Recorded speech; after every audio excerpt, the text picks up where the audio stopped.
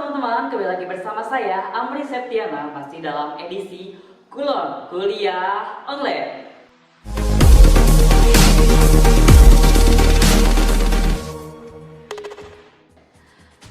Nah, para millennials pasti sudah tidak asing lagi dong dengan kata saham, broker, trading, obligasi, reksadana, atau bahkan bursa efek Indonesia. Tapi, apakah kalian sudah mengetahui bagaimana sejarah dari bursa efek Indonesia tersendiri? Walah, oke. Di sini saya akan membahas tentang sejarah dari bursa efek Indonesia beserta produk-produk yang ada di dalam bursa efek Indonesia tersendiri. Secara historis, pasar modal ini telah hadir jauh sebelum Indonesia merdeka. Pasar modal atau bursa efek telah hadir sejak zaman kolonial Hindia Belanda. Dan tepatnya pada tahun 1912 di Batavia atau sekarang yang disebut dengan Jakarta. Pasar modal ketika itu didirikan oleh pemerintah Hindia Belanda untuk kepentingan pemerintah kolonial atau VOC. Meskipun pasar modal telah ada sejak tahun 1912, perkembangan dan pertumbuhan pasar modal tidak berjalan seperti yang diharapkan. Bahkan ada beberapa periode kegiatan pasar modal harus mengalami kevakuman. Hal tersebut disebabkan oleh berbagai faktor seperti perang dunia yang mengharuskan bursa efek harus ditutup. Di antaranya pada tahun 1914 sampai 1918, bursa efek ditutup karena terjadinya perang dunia pertama. Bursa efek diresmikan kembali oleh Presiden Soeharto pada tanggal 10 Agustus 1977. Bursa efek Jakarta dijalankan di bawah BAPEPAM atau Badan Pelaksana Pasar Modal.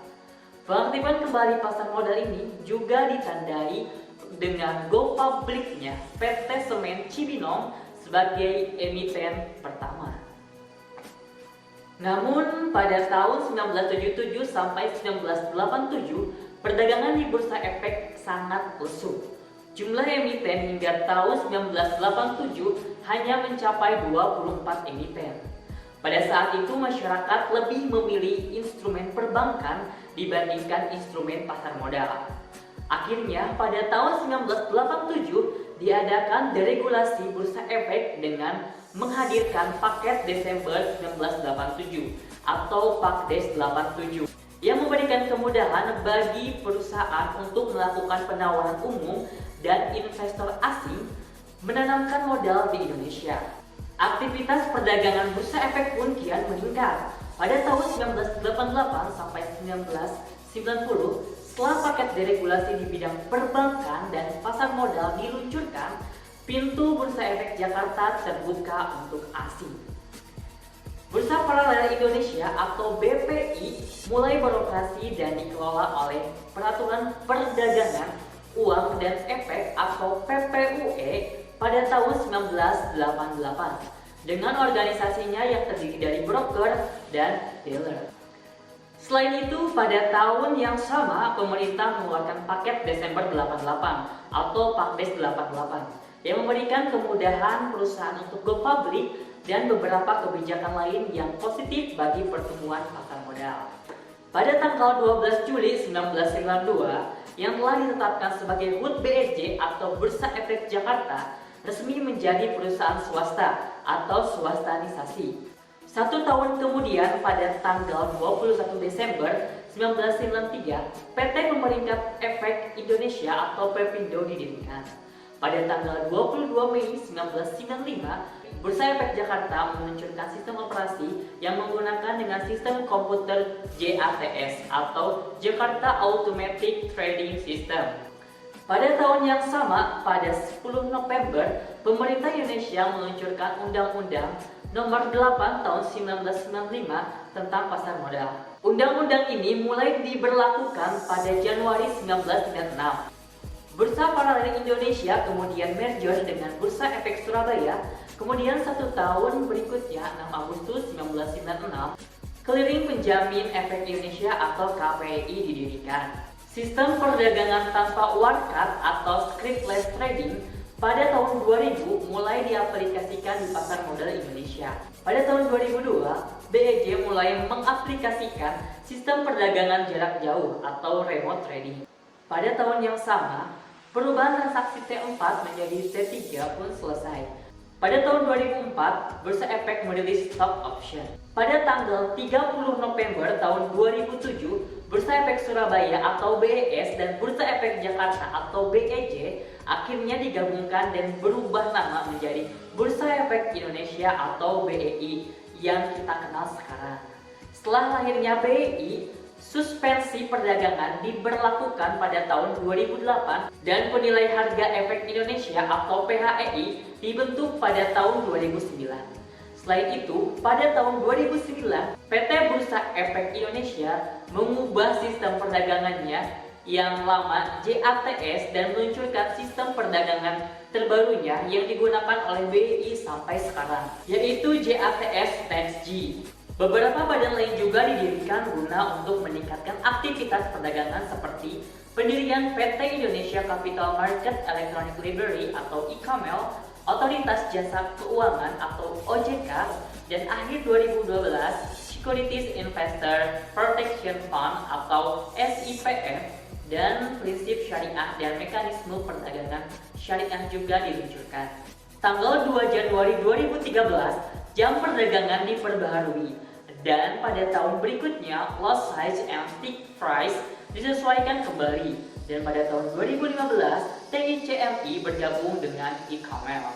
Bursa Efek Indonesia juga membuat suatu kampanye yang disebut dengan Yuk Nabung Saham, yang ditujukan kepada seluruh masyarakat Indonesia untuk memulai berinvestasi di pasar modal.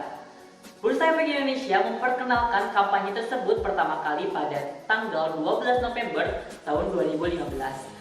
Dan kampanye ini masih dilaksanakan sampai sekarang. Dan pada tahun yang sama, LQ45 Index Futures diresmikan. Pada tahun 2016, tick size dan batas auto rejection kembali disesuaikan. IDX Channel diluncurkan. BEI pada tahun ini turut ikut serta menyukseskan kegiatan amnesti pajak serta meresmikan Go Public Information Center pada tahun 2017. IDX Incubator diresmikan, relaksasi margin, dan peresmian Indonesian Securities Fund pada tahun 2018 lalu. Nah, itu merupakan sejarah dari Bursa Efek Indonesia. Seperti yang saya singgung tadi di opening, selain sejarah Bursa Efek Indonesia, saya juga akan membahas mengenai beberapa produk yang ada di Bursa Efek Indonesia. Di antaranya ada yang pertama di sini ada saham. Saham merupakan salah satu instrumen pasar keuangan yang paling populer. Menerbitkan saham merupakan salah satu pilihan perusahaan ketika memutuskan untuk pendanaan perusahaan. Pada sisi yang lain, saham merupakan instrumen investasi yang banyak dipilih para investor karena saham mampu memberikan tingkat keuntungan yang menarik. Saham dapat didefinisikan sebagai tanda penyertaan modal seseorang atau pihak badan usaha dalam suatu perusahaan atau perseroan terbatas. Dengan menyertakan modal tersebut, maka pihak tersebut memiliki klaim atas pendapatan perusahaan, klaim atas aset perusahaan, dan berhak hadir dalam rapat umum pemegang saham atau RUPS. Yang kedua, produk dari Bursa Efek Indonesia ada reksadana. Reksadana merupakan salah satu alternatif investasi bagi masyarakat pemodal, khususnya pemodal kecil dan pemodal yang tidak memiliki banyak waktu dan keahlian untuk menghitung risiko atas investasi mereka. Umumnya reksadana diartikan sebagai wadah yang dipergunakan untuk menghimpun dana dari masyarakat pemodal untuk selanjutnya diinvestasikan dalam portofolio efek oleh manajer investasi. Dengan demikian, dana yang ada dalam reksadana merupakan dana bersama para pemodal, sedangkan manajer investasi adalah pihak yang dipercaya untuk mengelola dana tersebut.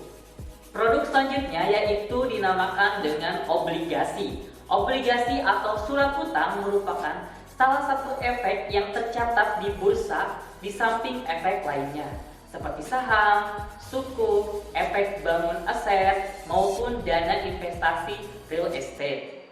Obligasi dapat dikelompokkan sebagai efek bersifat utang di samping sukuk.